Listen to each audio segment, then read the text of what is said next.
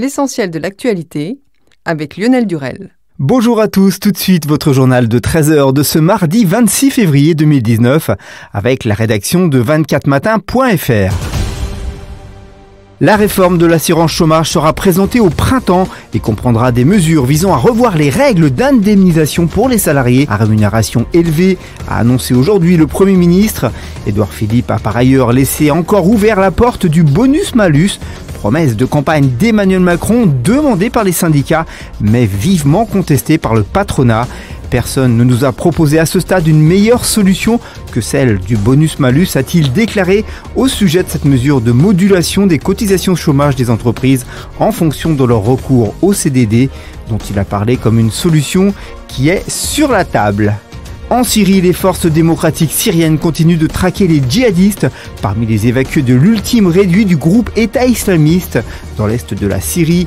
Ils sont soumis à des fouilles et interrogatoires par les forces arabo-kurdes qui attendent la sortie des derniers civils pour lancer l'assaut final contre les djihadistes retranchés. Le cardinal australien George Peel, numéro 3 du Vatican, a été reconnu coupable d'agression sexuelle sur mineurs, devenant ainsi le plus haut responsable de l'Église catholique condamné dans une affaire de pédophilie. Un verdict rendu le 11 décembre par un tribunal australien, mais qui n'a été rendu public que ce jour pour des raisons légales. Une nouvelle gifle pour une église catholique qui vient d'organiser un sommet historique sur la lutte contre la pédophilie, au terme duquel le pape François a promis dimanche une lutte à tous les niveaux. Alors que l'usine Ford de Blanquefort, près de Bordeaux, devrait fermer, le porte-parole du gouvernement Benjamin Griveaux vient de préciser que l'État ne pouvait pas, en droit, demander à Ford de lui rembourser les aides perçues au cours des dernières années, des aides estimées à 15 millions d'euros.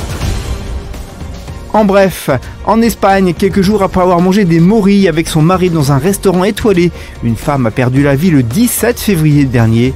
Si la cause de son décès n'a pas encore été confirmée, plusieurs autres clients de l'établissement auraient été intoxiqués. L'ail et l'oignon pourraient réduire le risque de cancer colorectal selon de récents travaux universitaires chinois. Les personnes qui consomment ces légumes en grande quantité, ail, poireaux, oignons et cébettes, présenteraient un risque abaissé de 79% de cancer colorectal en comparaison avec les personnes en consommant peu, quelle que soit la localisation de la tumeur, dans le côlon.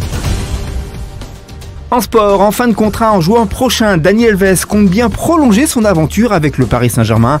Le défenseur brésilien arrivé à Paris à l'été 2017 et en discussion avec ses dirigeants souhaiterait en effet rempiler pour 2 saisons. Pour sa première course de l'année, Romain Bardet a terminé 2e du Tour du Haut-Var, derrière un Thibaut Pinot qui avait une course de plus dans les jambes. Pour Bardet, tout roule. Pour une reprise, je suis satisfait. Je n'avais plus couru depuis début octobre. Il me manque maintenant des jours de compétition, mais je suis content de ces 3 premières journées, a-t-il expliqué. L'actualité du divertissement. Après 9 mois d'enquête, le parquet de Paris a classé sans suite lundi la plainte d'une comédienne qui accuse de viol l'influent producteur et réalisateur Luc Besson, une des personnalités mises en cause en France à la suite de la vague MeToo.